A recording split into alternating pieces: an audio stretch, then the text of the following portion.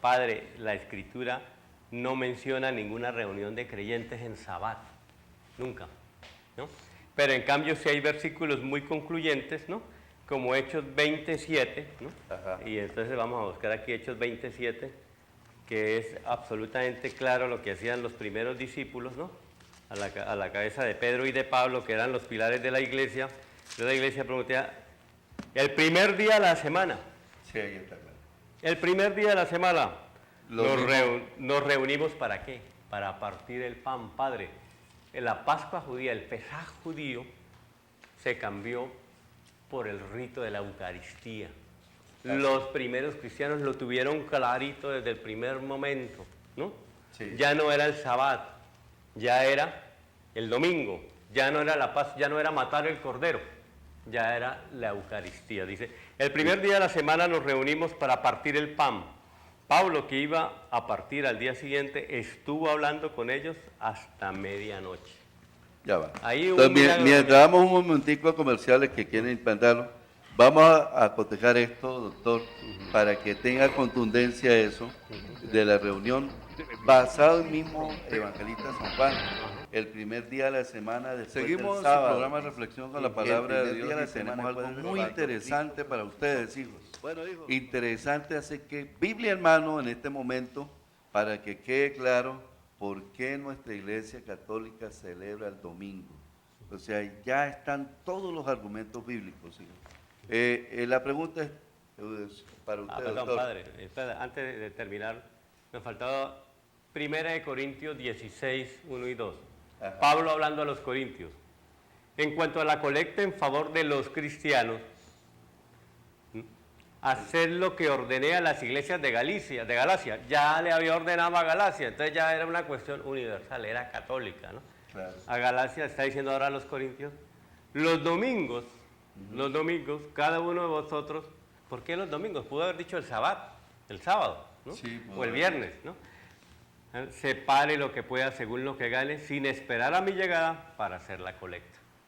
Entonces démonos cuenta aquí que se une por qué la colecta del domingo, por qué la ofrenda, por qué el diezmo ya no es obligación dentro de nuestra iglesia católica, sino tiene que ser De corazón. de corazón y con un pacto personal que haga con el Señor. Seguimos. La celebración del domingo como Día del Señor, ¿Verdad? ¿tiene alguna relación con la fiesta judía? Claro que sí, padre, desde luego que sí.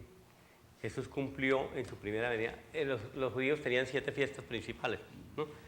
4 en primavera y 3 en otoño, ¿no?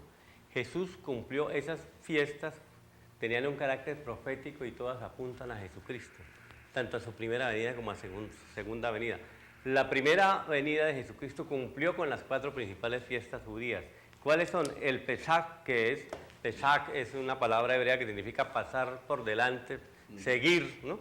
Que era cuando el ángel exterminador pasaba de largo cuando veía la sangre del cordero sobre las puertas, ¿no? Jesús es nuestro verdadero cordero pascual, porque murió el viernes a las 3 de la tarde cuando empezaban el sacrificio de los corderos, y a ese cordero no se podía quebrarle ningún hueso, al Señor no le quebraron ningún hueso, tenía que ser un cordero perfecto, ¿no? Entonces, los panes sin levadura, la sepultura de Jesús simboliza los panes sin levadura. Las primicias, el Yom HaBikurim de los... todas estas fiestas tienen relación con el ciclo agrícola judío, y en las fiestas de las primicias los primeros frutos de la cosecha se presentaban ante el Señor en el templo, ¿no? En el templo. Jesucristo, dice San Pablo, es la primicia de la resurrección de entre los muertos.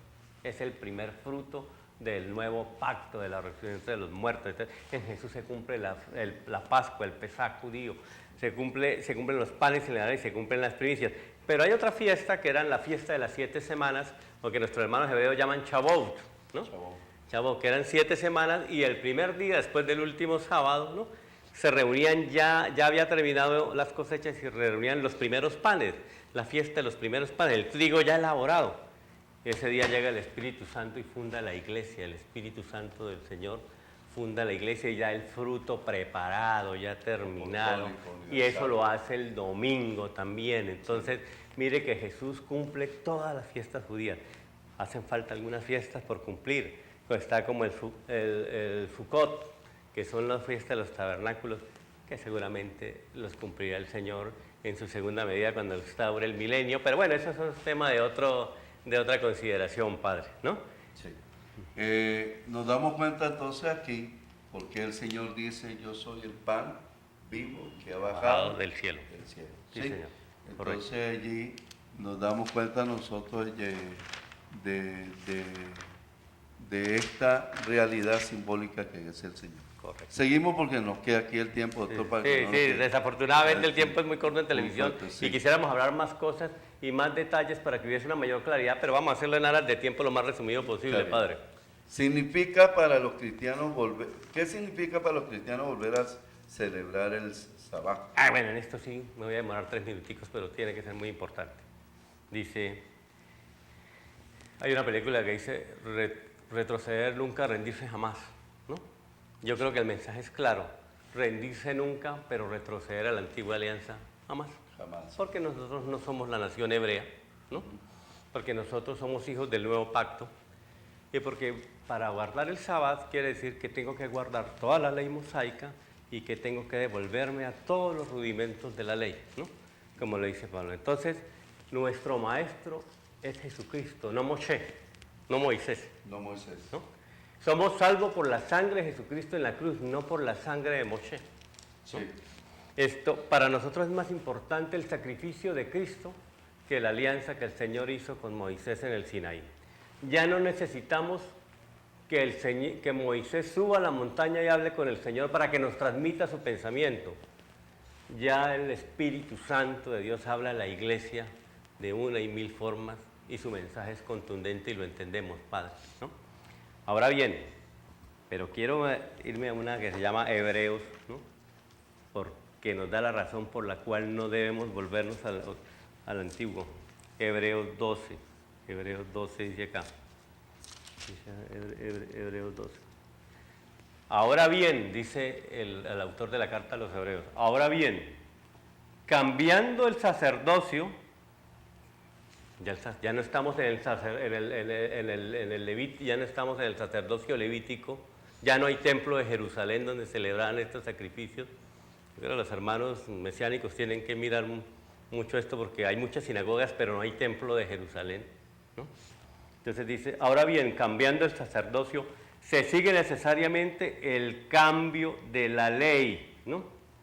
El cambio de la ley. Entonces, y en el 18-19 de este mismo capítulo 7 de Hebreos, dice lo siguiente, Padre, ¿no? Ajá, sí. Dice, porque la ley no llevó cosa alguna a la perfección, y en su lugar entra una esperanza mejor, por la cual nos acercamos a Dios. Cambió el sacerdocio, que ahora el único sacerdote eterno, único y eterno sacerdote es Jesucristo, tiene que cambiar la ley. Como ya estamos terminando los últimos minutos, tengo que decirle algo para agregar ahí a toda esta riqueza que nos ha traído. Doctor, tienen que darse por enterados nuestros hermanos que Jesucristo en la Santa Eucaristía se hace presente como el verdadero maná. El verdadero El cordero. verdadero maná. O sea, cada vez que se celebra la Eucaristía, Jesucristo se nos ofrece como el verdadero maná. Terminamos con la última para dar la oración en hebreo. ¿Debemos entonces ignorar la cultura hebrea? No, Padre, por supuesto que no. No, al contrario, debemos tener un especial cariño por la cultura hebrea y por el pueblo de Israel, porque fue el pueblo a quien Dios se manifestó primero, le manifestó los rasgos de su carácter, de su personalidad. Y como le dijo el maestro de nuestro Señor Jesucristo a la disco, la samaritana, la salvación viene de los judíos. No es solamente para los judíos, pero viene de allá, ¿no? Sí, entonces yo personalmente estimo mucho al pueblo de Israel por eso, y además porque los que hemos caminado en las artes marciales, ¿no?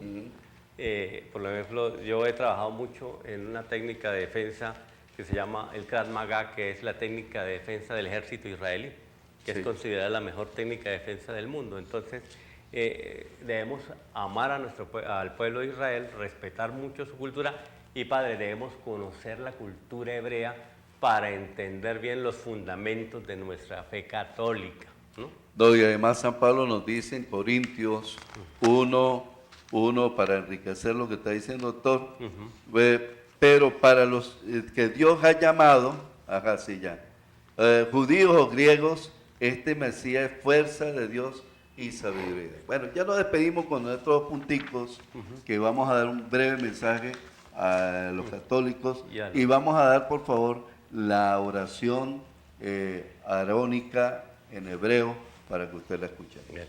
Entonces, vamos a hacer una oración por el pueblo de Israel, por el pueblo hebreo, por los judíos ortodoxos y por los judíos mesiánicos. Una oración para Raúl y para Giancarlos. Padre, le voy a pedir el favor que me traduzca, ¿no? Si es tan amable, esta oración. Yevarejeja Adonai beyishvereja. El Señor te bendiga y te guarde.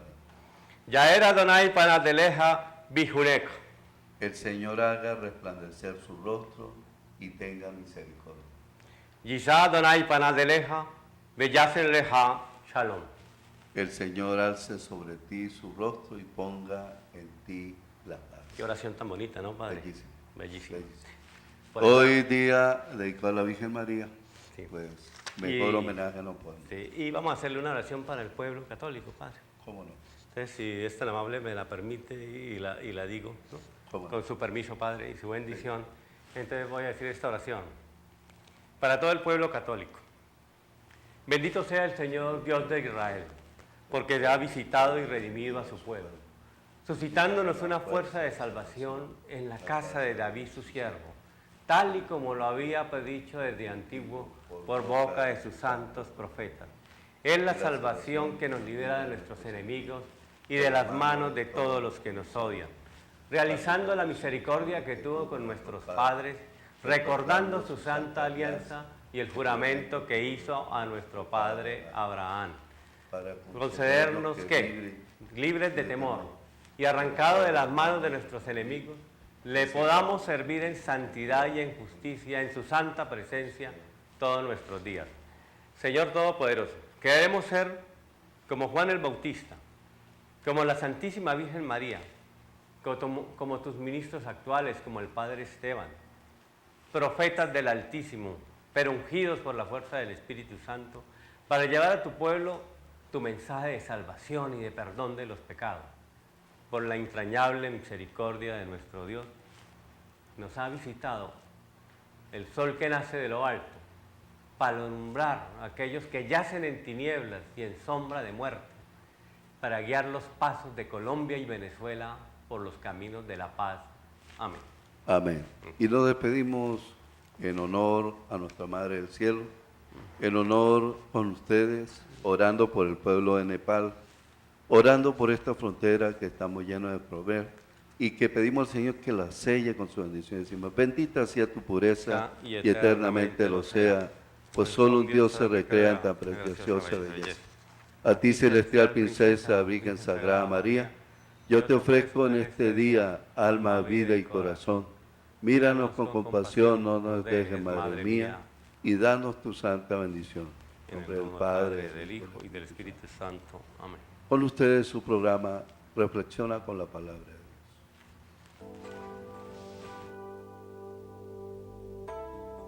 Dios quiere vivir en tu corazón. Él te ama y anhela estar siempre contigo en todo momento y lugar. La Iglesia Nuestra Señora de Lourdes comparte con nosotros a través de Reflexiona con la Palabra de Dios.